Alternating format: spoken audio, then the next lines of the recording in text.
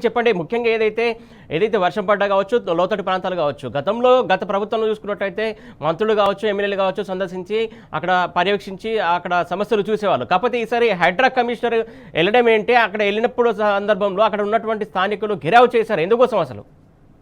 ఇప్పటికే హైదరాబాద్ లో 3 రోజుల నుంచి కూడా భారీ వర్షాలు కురుస్తున్నాయి. కానీ గత నెల నుంచి కూడా కొంత వర్షాభావ పరిస్థితులు ఉన్నాయి.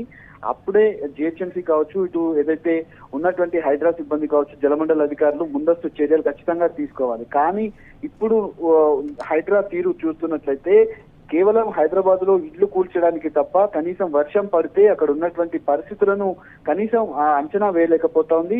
ఈ మధ్య కాలంలో జిహెచ్ఎంసీకి ఉన్నటువంటి అధికారాలన్నీ కూడా పూర్తి స్థాయిలో వదిలించుకున్నటువంటి దాన్ని అన్నింటినీ కూడా స్వాధీనం చేసుకున్నటువంటి హైడ్రా పూర్తిగా నాలాల అభివృద్ధి కావచ్చు, అంతేకాకుండా పూర్తిగా ఉన్నటువంటి మ్యాన్ హోల్ కావచ్చు, ఇవన్నీ కూడా ఎక్కడికక్కడ వదిలేసినటువంటి పరిస్థితి. సరైన సిబ్బంది కూడా ఇటు హైడ్రాకు లేదు. ఎక్కడ కూడా కనీసం అవగాహన లేనటువంటి హైడ్రాకు అప్పగించడం పట్ల హైదరాబాద్ అస్తవ్యస్తం అవుతుంది. గత 3 రోజుల నుంచి కుండపోత వాన అనేది హైదరాబాద్ లో కురుస్తుండటంతో ఎక్కడికక్కడ నాలాలు పొంగుతా ఉన్నాయి.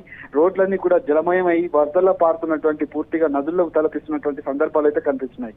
నిన్న రాత్రి కురిసినటువంటి భారీ వర్షం నేపథ్యంలో ప్యాట్నీ నగర్ కావచ్చు, పద్మా కాలనీ కావచ్చు, ఇవన్నీ కూడా అడ్డుగా ఉందంటూ నాలాకు ఉన్నటువంటి గోడను కూల్చేయడంతో ఆ నాలా అంతా కూడా పూర్తిగా నిండిపోయి కాలనీలోకి వచ్చాయి. వాటన్నిటిని కూడా డిఆర్ఎఫ్ సిబ్బంది అందరూ వాళ్ళందరినీ బయటకు తీసుకొచ్చి రెస్క్యూ చేసినటువంటి పరిస్థితులు అయితే కనిపిస్తా ఉన్నాయి.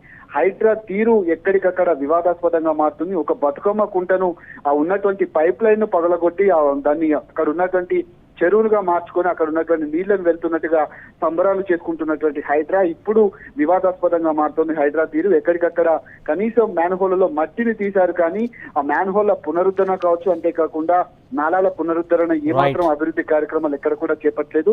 ఈ నేపథ్యంలో హైదరాబాద్ 3 రోజులుగా కురుస్తున్నటువంటి వర్షానికి కనీసం అధికారులు కూడా వచ్చి పట్టించుకున్నటువంటి దాఖలాలు అయితే మనకు కనిపించలేదు. నగర మేయర్ కావచ్చు, హైడ్రా కమిషనర్ వెళ్ళినప్పటికీ కూడా తనను అడ్డుకున్నటువంటి పరిస్థితులు అయితే మనకు కనిపిస్తున్నాయి. హైడ్రా తీరు మాత్రం హైదరాబాద్ లో చాలా అస్తవ్యస్తంగా మారిందని మనం అర్థం చేసుకోవచ్చు.